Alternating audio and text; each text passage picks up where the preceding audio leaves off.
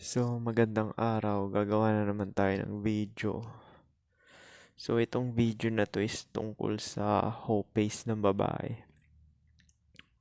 Hindi naman lahat ng babae ganito. Particular lang to talaga sa mga Gen Z. Mostly sa mga Gen Z ganito kasi social media age na sila. Mas accessible na sa kanila yung mga pogi. Hindi kagaya nung mga panahon ko, millennial kasi ako eh. So, nung panahon ko, meron din mga ganyan babae na talagang nakikipag one night stand. Pero sa pogi lang. Ibig sabihin yung attracted talaga sila na dun sa lalaki na yun. Sure, nagpe-play ang pre-selection kasi gumagana rin yan pero sa pogi pa rin. Ibig sabihin, kahit ako, chad ako or lamang ako dun sa high tier normie na yon, which is nangyayari yun, pero dahil may muscle siya ganon, tapos maraming naglala sa kanya pre-selection ganon, gagana rin yun. Depende sa looks threshold ng babae. So looks pa rin talaga yung yung basihan kung kanino siya makikipag one night stand. So, nung mga panahon ko is yung mga chad or high tier normie is tago. Bihira lang sila makita, hindi sila easily accessible, hindi kagaya ngayon social media age.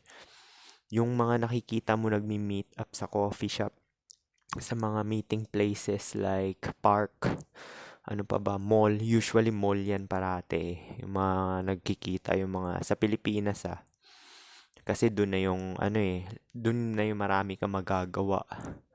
Bawat Sogo. Nasa EDSA yan eh. Katabi yan lahat ng mall. Lahat ng Sogo sa EDSA napasukan ko na bawat MRT station yan. Kaya alam ko yan eh. Kasi malapit siya talaga sa mall. Mabilis siya, accessible talaga. So, dun yung mga nagmi-meet up talaga sa mga malls dyan sa EDSA. Kung hindi ka man sa EDSA, sa mga probinsya, mall pa rin or parke.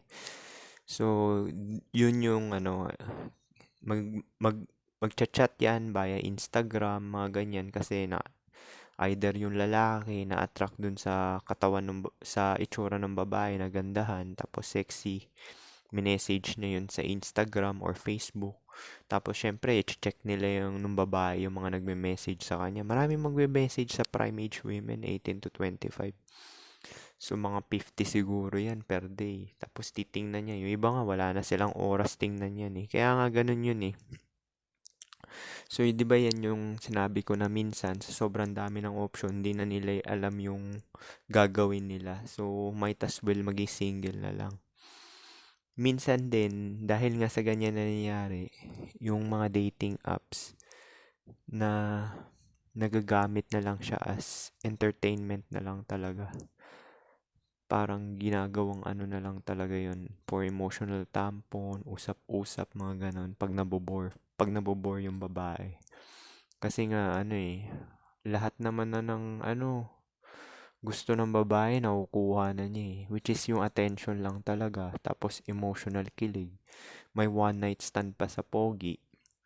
So, yan, pag-usapan nga natin yung one night stand na yun. Meron kasi ako napanood na na pag nakikipag one night stand yung babae is gamit hypergamy for the looks.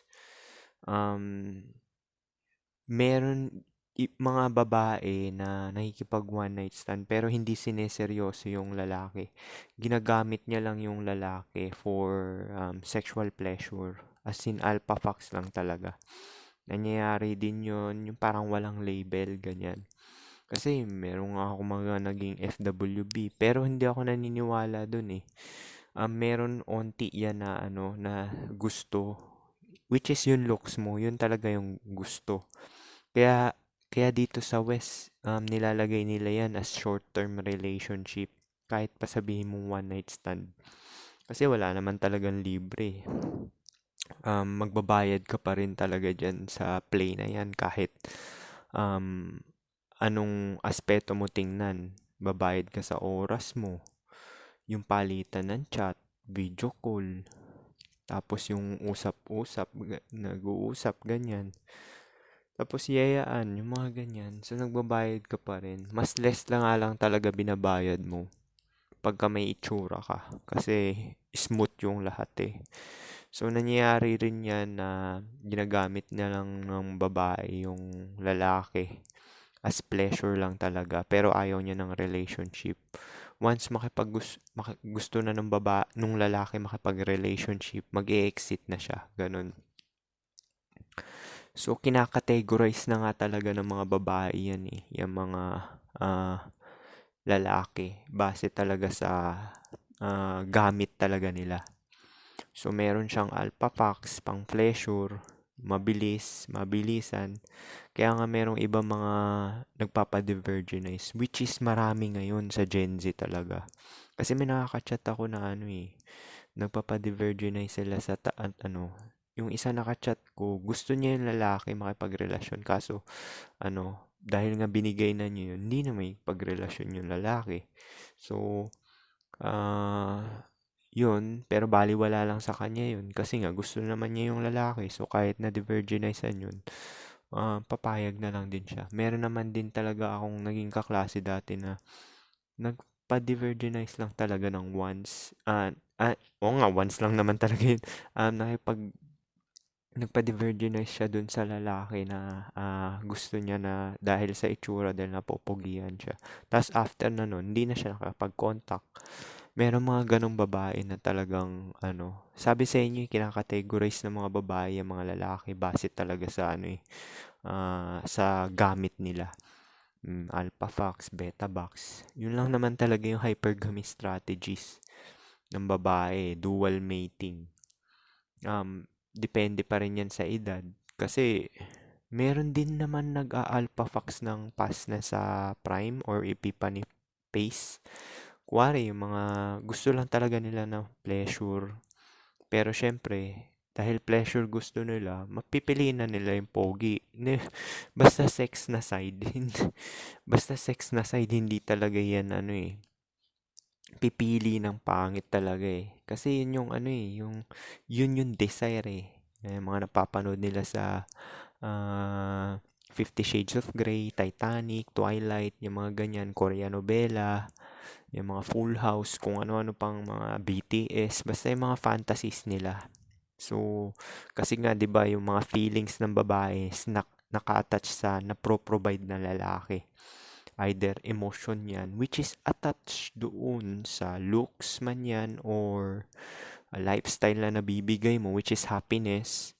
Pag looks naman, kilig yan, tsaka desire, kalibugan, last. Pagka security binigay mo, happiness. Tsaka yung feel na secure. So, may respect pa rin dun sa both side na yon. Basta kung nakikinabang siya. So, kahit sa mong tingnan talaga, hypergamy rin talaga magfo-fall eh. So, yan yung mga na yan, Hopace. Actually, parang hindi humihinto yung Hopace eh. Kahit pa na may asawa yung babae, kuwari gusto niya lang talaga na taglibog siya. Kuwari may asawa yung babae, makikipag-contact yan or mag-entertain yan ng pogi.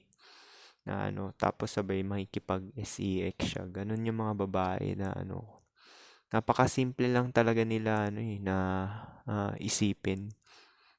Kung iisipin mo, yung emotion nila is base lang talaga sa napro-provide mo. Tsaka kinakategorize niya yung mga lalaki base sa usefulness. Yung SEX, expect mo sa pogi lang talaga yan. Sure, normie, bibigyan yan. Pero may consistent na benefit. Ibig sabihin, yung napro-provide ng normie. Paulit-ulit ko na sinasabi yan eh.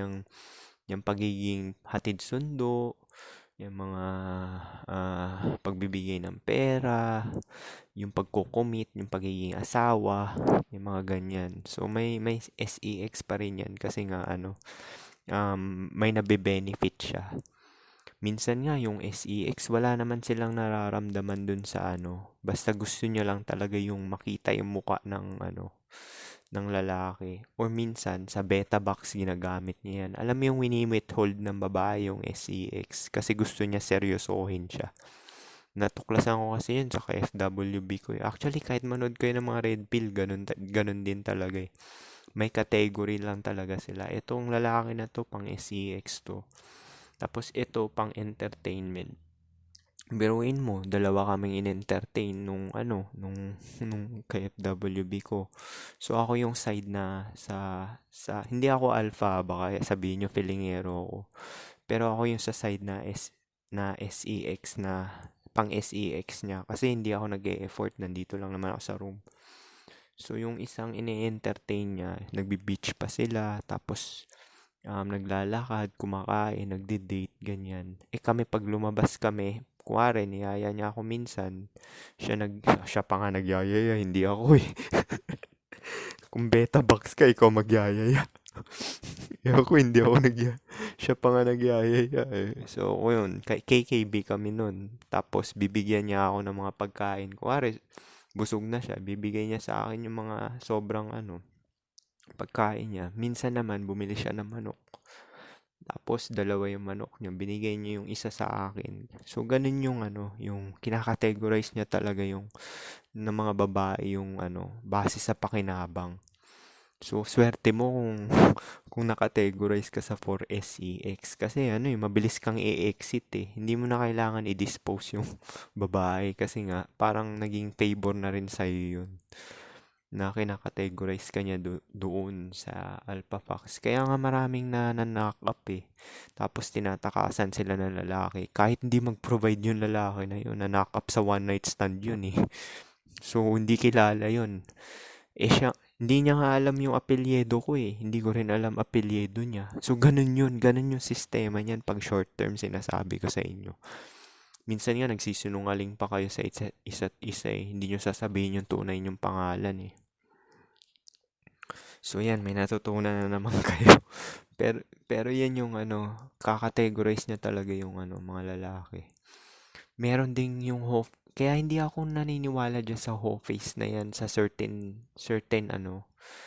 na kuwari nakipag-break siya. Isa pa pala yun, parang strategies lang nila yon na para malimutan, yung parang mga rebound daw. May mga ganun-ganun pa kasi babae. Pero parang na lang yun eh, cult, kasi trending. Hindi naman din ako naniniwala sa ganyan. Yung parang, yung hopace kasi is, ibig sabihin nun is, yung totoong meaning nun is, pag nakipag-break siya sa boyfriend niya is, may kipag one night stand na siya sa mga iba-ibang lalaki. Yun talaga yung meaning talaga ng hopace. Hindi yung face talaga na 10 years ganyan, na puro for party at one night stand. So, yun talaga yung meaning ng hopace. Pero category na lang naman yan eh. Hindi ako naniniwala sa ganyan na gusto niya lang talaga makipag-sex dahil taglibog siya. Yun lang naman yun, malibog talaga yung babae. Ang dami nga nilang magpapatunay na malibog babae kasi galawin mo utong nila, himas-himasim yung dede nila, lalabasan sila. Halikan mo sila sa leeg, tapos pababa hanggang navel. Lalabasan din sila. Yung kilikili nila, erogenous spots yan eh. Yung kilikili nila, baywang nila, hawakan mo, himas-himasim yung puwet nila. Lalabasan din sila niyan. So, ang dami talaga. Yung clitoris, pag gitarahin mo, lalabasan din sila niyan. So, biruin mo, yung lalaki, tits lang.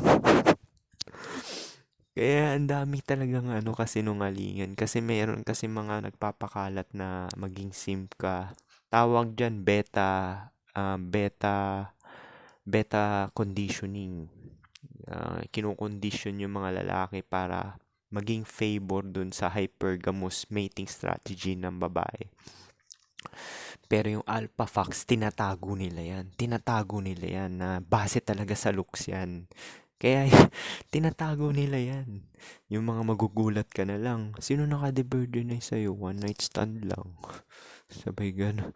Pero naging boyfriend ko naman yun. Yung pala, hindi naman talaga naging boyfriend. Niloloko ka lang.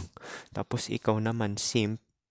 Dahil sa beta conditioning. Kaya nga huwag kayo maniwala dyan sa mga podcast na dapat matikas ka, tangina, yung mga ganyan, alpha, maging jerk ka, yung dark triad, gagayahin mo yan. Ako, sinabi ko na yan paulit-ulit na eh. Yung mga gusto ng babae is characteristics and at personality, pang pogi lang. O sabihin mo, paano naman yung mga beta? Yung beta is, ang ano lang talaga nila dun is tool, garden tool. Parang kung ano talaga ma-extract nila dun sa ano, kuwari, yung hatid sundo. Anong feelings na ano niyan? Masaya siya, tsaka feeling superior siya. Lalo na kung narcissist yung babae. So, feeling superior siya, haba ng hair niya. Di ba yun yung meaning nun eh, haba ng hair mo girl, kasi may simp ka. Ang haba ng hair mo girl, kasi ang dami mong beta orbiter. Ganun yun. Ang haba ng hair mo kasi may pogi na tumira sa'yo. Yun yung meaning nun, yun talagang ano, na lahat talaga pa benefit. Kaya nga ito lang din biological niyan, 'di ba? Ano ba yung pepe? Butas yun, 'di ba? Ano bang ginagawa ng butas? Kahit ano ipasok mo diyan, tatanggapin niya lang, wala siyang iluluwa. Oh, eh ikaw titi ka eh, palabas yung sa'yo eh. So ikaw yung giver, parang ikaw talaga yung mag-a-approach, ikaw yung papasok, ganyan. So, yung nature talaga hindi nagsisinungaling din eh. Kahit sa biology natin, pinapakita eh. Kahit nga sa ano, katawan din ng babae.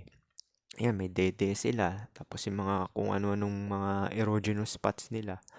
Mas malibog talaga yung babae talaga.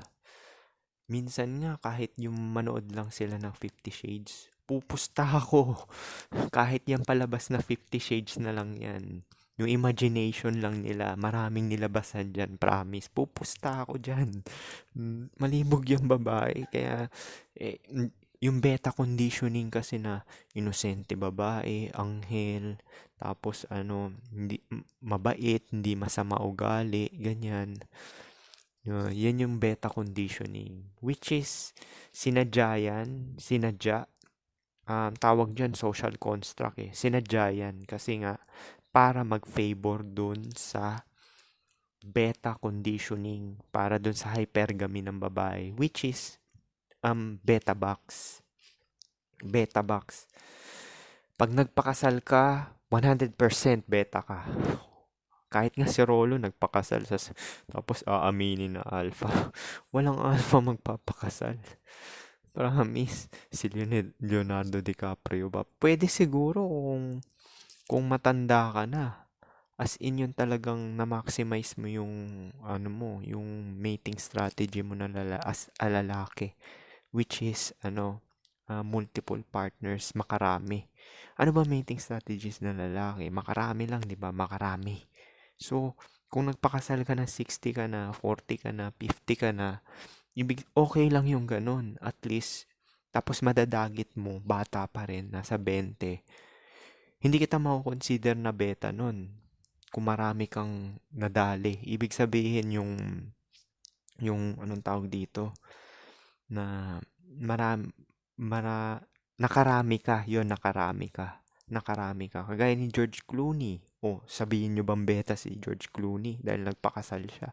Si Al Pacino, nagpakasal siya, ganyan. Kasi uso rin yan sa mga Hollywood, yung mga artiste.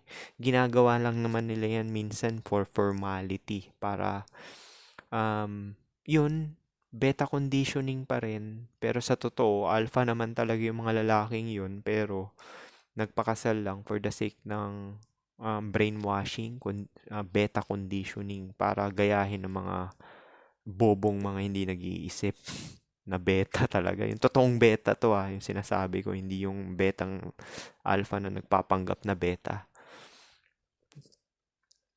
Sabihin mo yung kasi 'di ba sinabi ko ang alpha genetic 'yan. So kahit pa sabihin mo na kahit anong magpakasal pa yung alpha na 'yan, alpha pa rin siya dahil genetic 'yan eh. Kaya yung alpha mindset, nakakatawa yung alpha mindset, di ako naniniwala dyan. Pwede naman din yun kung beta ka. Kuwari, beta ka. Nire-refuse mo nga yung mga condition ng babae. Okay lang yung ganun. Pero magiging mahirap sa'yo yung daan kasi hindi talaga ibibigay sa'yo dahil normie ka eh. Okay lang yung ganun. Kaya nga yung iba, mas maganda pa talaga mag-pro ka na lang. At least makukuha mo yung gusto mo. Wala nga lang siya na parang ano, exclusivity. Mag-iingat ka na lang parati dahil syempre pinipilahan yan eh. Maraming customers per day yan. Kahit pa sabihin mo na ano, na yung hindi ko alam kung 100% talaga na sure yung mga test na blood test eh. Wala rin ako idea. Pwede kayo mag-comment dito kasi ako nagpa-HIV test ako dati. Syempre, mag-abroad ka eh. So, blood test yung akin. Hindi ko lang alam kung may mga kit na yan ngayon, mga bagong technology na parang ano. Kasi yung COVID swab nga, pumapalya yun eh. Merong ibang mga pasyente akong tinitest, negative, tapos pagka mamaya or bukas, positive. So, ang pinaka talagang totoong test lang talaga siguro, baka yung blood lang talaga eh. Kasi ang HIV, blood and semen eh. Alam ko blood and semen lang talaga yun. Ewan ko kung meron ba mga test na dura-dura ba yan. Pag dura, medyo shady siya, hindi. Ewan ko kung may dura pero comment nyo dito kung ano yung mga test na ano, pang HIV na ano. Kasi ang definitive ng talaga ng HIV is blood lang talaga, tsaka yung semen mo. Yun lang talaga. Laway, wala yan. Negative yan. Luha, negative yan. Buhok, negative yan. Sa dugo kasi yun eh. Virus yun sa ano eh, na sinisira yung T3 mo para patayin yung mga invading na mga viruses. T4 mo, T4 cells mo bababa pagka may HIV ka. Yun yung mga ano sa immune system. Papatay ng ano. So yun yung ano, yung whole face is hindi talaga siya natatapos ng 10 years. O may epiphany phase sila, makakaisip sila nun. Pero may tinatawag tayong post-wall kasi. Alam mo yung post-wall na wala nang pakialam yung babae. May epiphany phase sila. 'Di ba sa lalaki, red pill rage. Yung anger phase na feeling mo, naloko ka. Kasi yung beta conditioning, nag-wake up ka dun, 'di ba? Sa beta conditioning. Buti ako, maaga ako nag-wake up, 19 pa lang. Kasi observant ako. Kung hindi ka observant na lalaki, tsaka mahilig ka manood ng mga telenovela, or wala ka sariling isip, mabilis ka maniniwala eh. Kagaya na, kasi lahat talaga ng palabas talaga. Beta conditioning talaga yan. Na ano, kung hindi ka marunong ng self-awareness, ibig sabihin nun yung parang hindi mo kayang ikumpara yung sarili mo sa kondisyon ng opposite sex is napakabobo mo talaga, wala ka talagang utak. Ano talaga yun, mabilis kang ano, kahit naman wala tong black pill o red pill na yan, basta may self-awareness ka, kaya mong ilagay yung posisyon mo dun sa babae, is madali mong madidistinguish yung ano, yung panloloko, yung mga ano, kaya nga 19 pa lang ako, nag-wake up na ako dyan eh. Sa ganyan na, sa dating, hindi yung talagang yung spiritual awakening ko is 31. Pero 19 pa lang, nalaman ko na yan na looks talagang gusto na ng mga babae. So, yun yung ano niyan na hindi natatapos yun nga pala, mabalik tayo dyan, yung post-wall. Di ba may, sa lalaki, di ba, red pill rage, kasi nag-wake up sila sa beta conditioning, kasi hindi gumagana yung strategy. Yung mga panliligaw, ganyan, hindi gumagana eh, tsaka pagsisimp. So, syempre, matutuklasan nila yung mga manosphere na yan. Pero, rabbit hole din yun. Kasi yung red pill, may inaano sila doon na ano eh, high value man. Doon ako talaga ano eh, doon talaga ako doon sa high value man talaga akong ano eh. Red pill lahat tanggap ko. Kaso may ano eh, may bulok naman sanas na nilagay eh. Okay yung red pill eh, kaso may bulok naman sanas eh. Dinidisregard yung looks, tsaka yung men age like fine wine, which is sa looks din talaga. Tsaka yung value daw ng ano, base sa mga properties sa mga ano, which is genetic yung value naman talaga.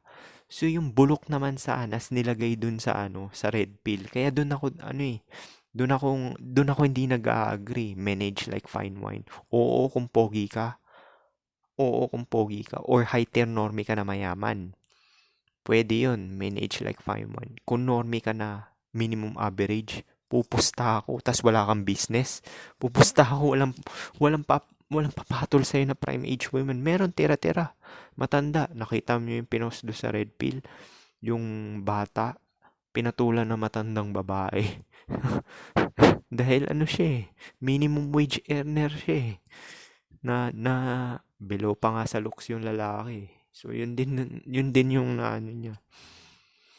So yun yung maano nyo na naglagay kasi ng ano eh, bulok na mansanas dun sa ano eh, na men age like fine wine.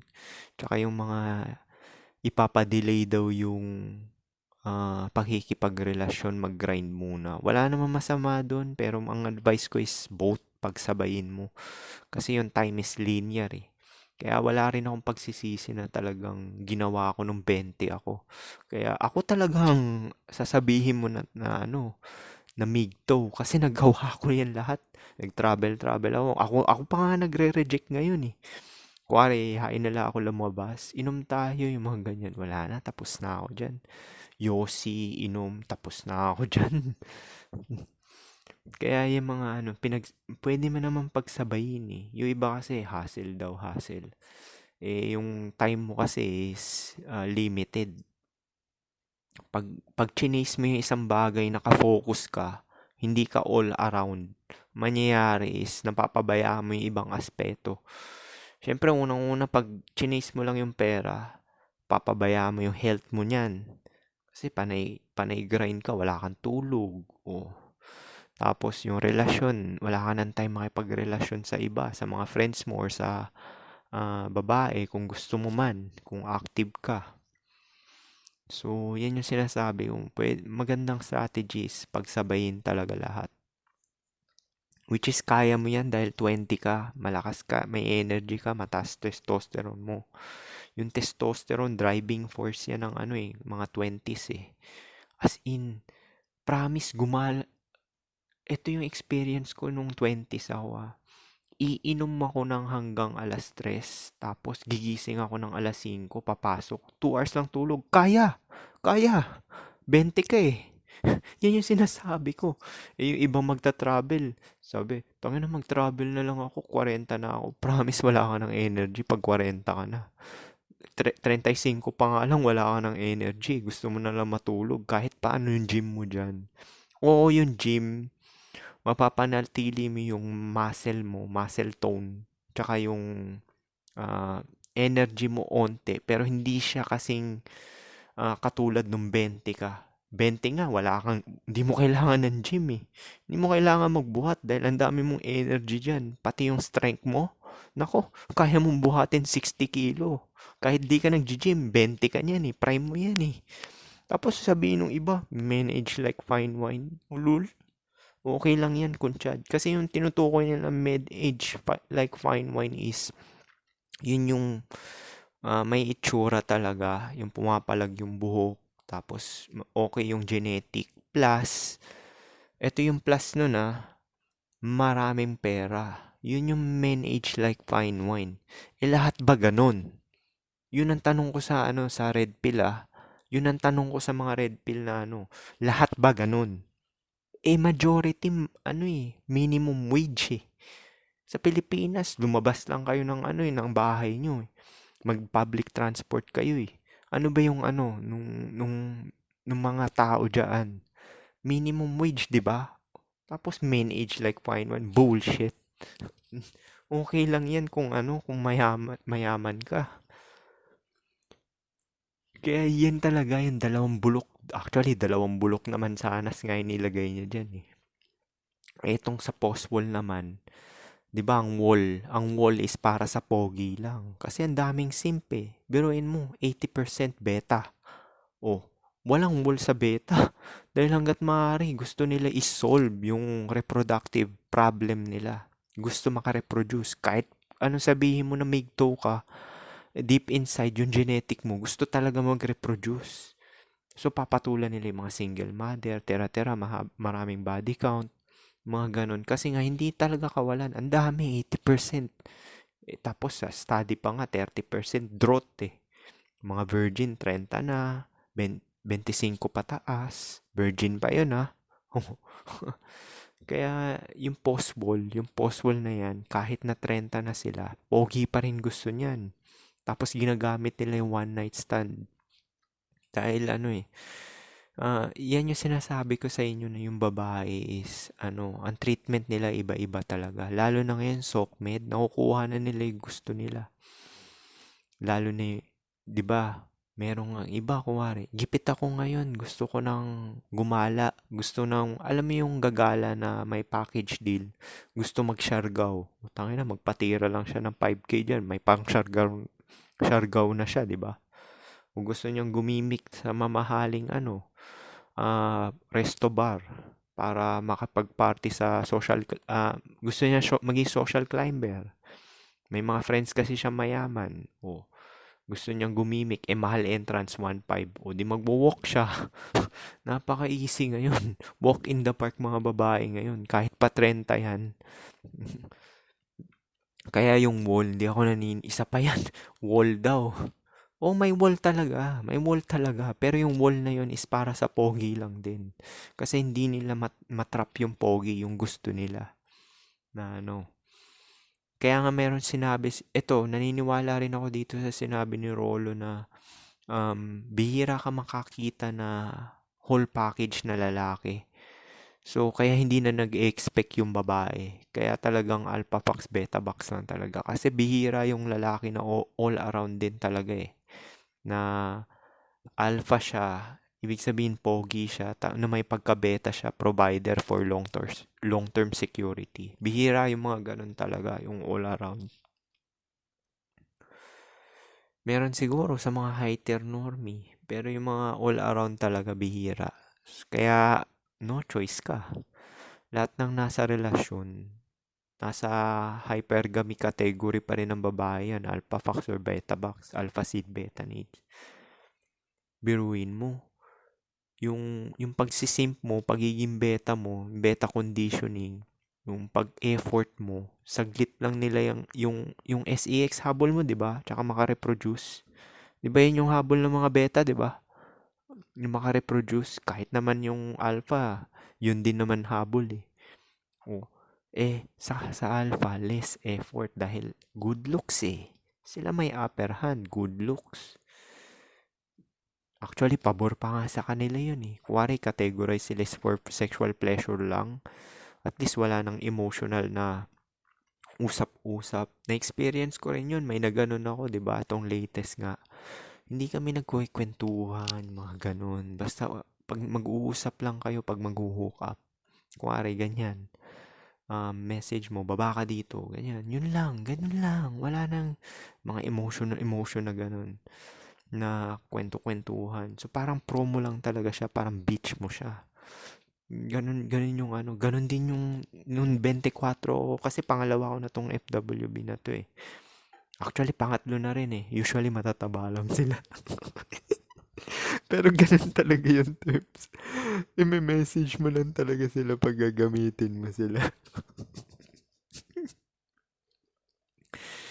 So, syempre, alam nyo na tong black pill dahil ini-spill ko sa inyo yung looks eh, yung lookism. So, syempre, kung ikaw, normie ka, beta ka, tangina, syempre sabi ni FB, yung Filipino black pill, ganito yung nangyayari. Pero hindi ko pinagyayabang yun kasi easy access sa akin yun dahil mataba eh. Yung tatlo na yun, yung tatlong FWB na yun, tatlong mataba yun. kaya, hindi rin ako proud doon. Hindi rin ako proud doon sa dahil mataba yun. So, yun yung sistema niyan. Kaya naiintindihan ko yung mga chad, yung mga pogi talaga. Naiintindihan ko yan. Kasi na-experience ko yan. Mas mataba nga lang.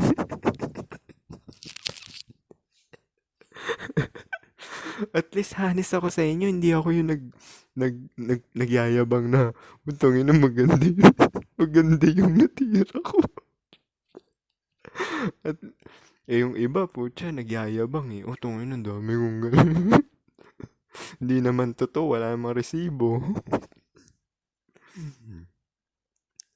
So yan, yung post wall na yan is Yung epiphany phase is parang nagmamadali na sila kasi habol nila doon reproduction, 'di ba? So gusto pa nila magkaanak. So parang papatulan nila yung mga normie beta box na for long-term security. Pagka hindi sila nakapatol ng ganun. Kasi minsan yung high tier normie din may option din yan eh. May option din yan na mag-hit din eh. Tapos ayaw na rin mag-commit eh.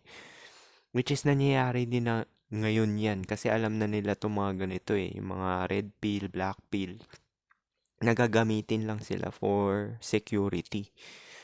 So, mangyayari niyan is mag end up na lang, magiging post-wall. Ibig sabihin ng post-wall is out na sila sa fertility or reproduction pero may kipag one night stand pa lang sila. Doon na sa alpha, hindi na sa high tier normie. O high tier normie pa rin.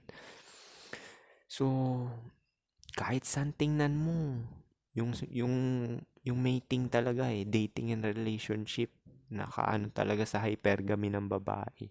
Na magfe-favor lang talaga sa hypergamy nila, which is alpha seed, beta needs, alpha fox, beta box. Kahit anong tingnan mo, wala ka talagang kawala eh. Brief-Holtz law pa rin pala yun. Kasi, walang sex na mangyayari kung hindi mo ma-meet yung standards ng babae.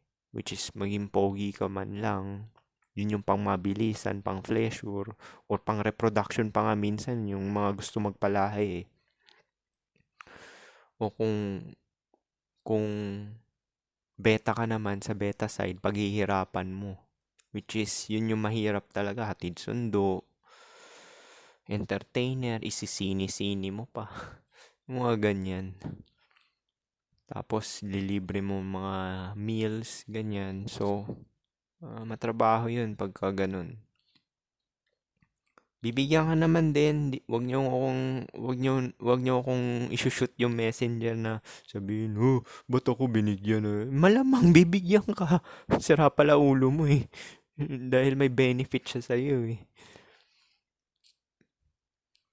So, yun yung ano nun.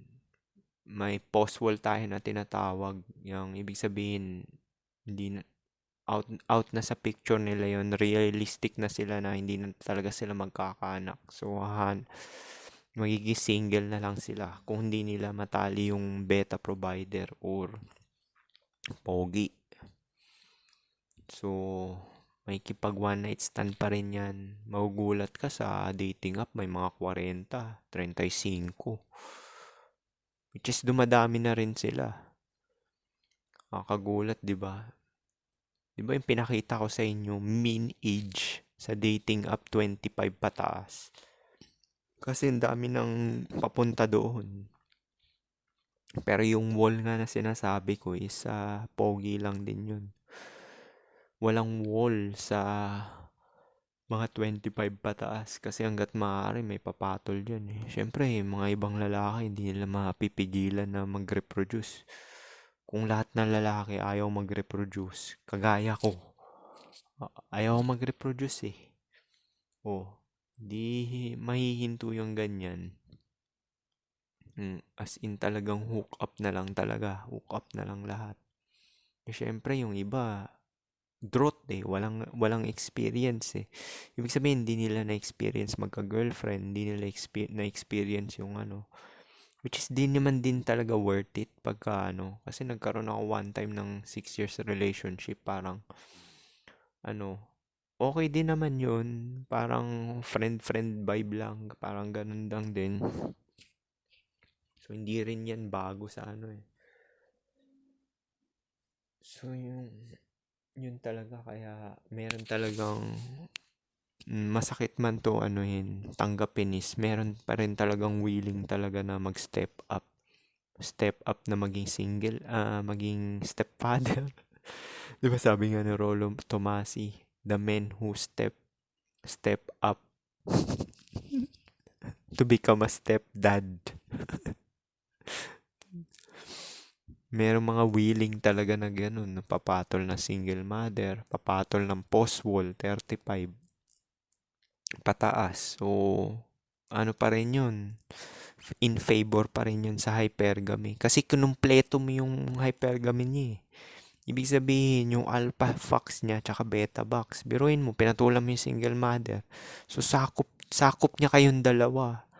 Kaya nga totoo yung sinasabi ni Rolo na bihira mo makita yung isang side talaga sa isang lalaki. Kuwari yung babaero, syempre maraming option yan. So, walang commitment na long term. Short term lang yan. Meron siguro 3 years, yun na yung pinakamatagal. 1 year, 2 years. Pero yung long term, yung lifetime, sa beta yun.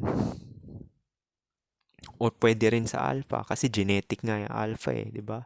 Yan yung mga panahon nung mga sa tatay ko.